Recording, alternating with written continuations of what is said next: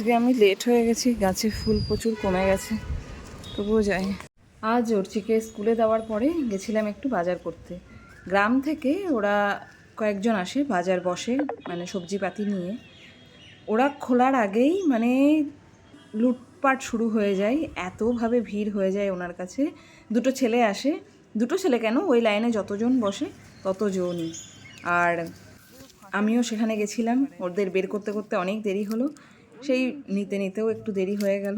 ফুল এসে দেখছি গাছে একদম কমে গেছে। কালকে একজন আমার সাথেই তুলছিলেন, উনি হয়তো এসছিলেন, বয়স্ক একজন মহিলা, তো উনিও তুলে নিয়ে গেছেন। আমি এখন অল্প আড্ডু যা পাচ্ছি এই সম্বল, এই নিয়েই আজকে ঠাকুরকে পুজো দেব। আমি সামনাসামনি যে ডালগুলো হোক কি ভেতরের ডাল, ওই রাস্তা দিয়ে এসে এসে পেরেছি। এখন বললাম ছোটনকে, যাও তুমি গিয়ে একদম মানে মগ ডালেরগুলো পারো। ও এখন মগ ডালেরগুলো পেরে আনছে।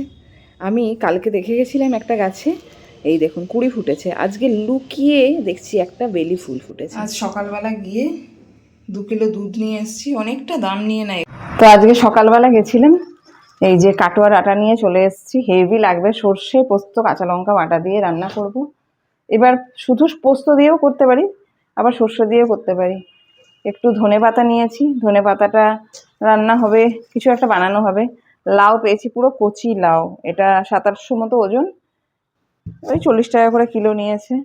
আর নিয়েছি হচ্ছে একদম পুরো লাল লাল ডাঁসা ডাঁসা পেয়ারা। দুপুরবেলা মানে কিছু একটু খেতে মন করে, মানে ভাত খাওয়ার পরে। আর এখানে আছে হচ্ছে টমেটো 1 কিলো। আজকে কী বানাবো সেটা দেখাবো। আসলে অর্চি কিন্তু খুব একটা যে দুধ পছন্দ করে বা করে না এমনটা নয়, মাঝামাঝি। তো ওই জন্য আমি সামনে থেকে খাটাল থেকে একেবারে 2-3 কিলো দুধ নিয়ে আসি।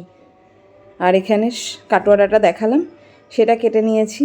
আর আলু আর কাটোয়াটা একটু সিদ্ধ করে রেখে দিয়েছিলাম। এত নরম, মানে আমি যখন কাটছিলাম আমি বুঝতে পারিনি যে সত্যি এতটা নরম। একটু জলে ভাপিয়ে নিয়েছি, মানে তুলতুল করছে ডাঁটাগুলো যেন। তো এটাকে বলেইছিলাম যে সাদা সর্ষে পোস্ত আর কাঁচা লঙ্কা বাটা দিয়ে বানাবো। তো একটু কালো জিরে ফোড়ন দিয়ে এটাকে বানাবো। অর্চির ব্যাপার কি, ও খুব একটা যে অপছন্দ করে কোনো জিনিস এমন না, বা কোনো বাচ্চাই, কিন্তু আমরা মা বাবারাই ওদের মুখের স্বাদটাকে চাইলে অনেকটা আয়ত্তের মধ্যে আনতে পারি। তো ওর এগুলো খুব ভালো লাগে, নুন চিনি দিয়ে নামাবো। যাই হোক, রান্না করতে করতে হঠাৎ করে মনে হচ্ছে মিষ্টি খায়। খাবার পরে অনেক সময় মিষ্টি খেতে মন করে, তো আজকে আবার খেতে মানে রান্নাটা করতে করতে মনে হলো ফ্রিজে বোঁদে রাখা আছে, সেটা খায়।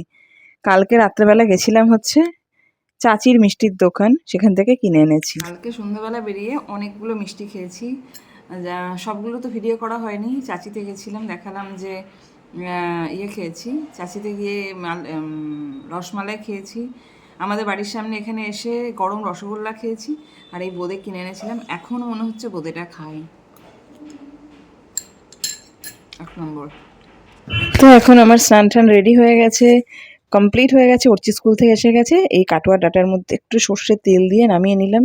খাওয়া দাওয়া কমপ্লিট এটা দিয়েই। এবারে একটু ফল কেটে নিয়েছি, আজকে একটু পেয়ারা কেটে নিলাম, বিট নুন দিয়ে খাবো।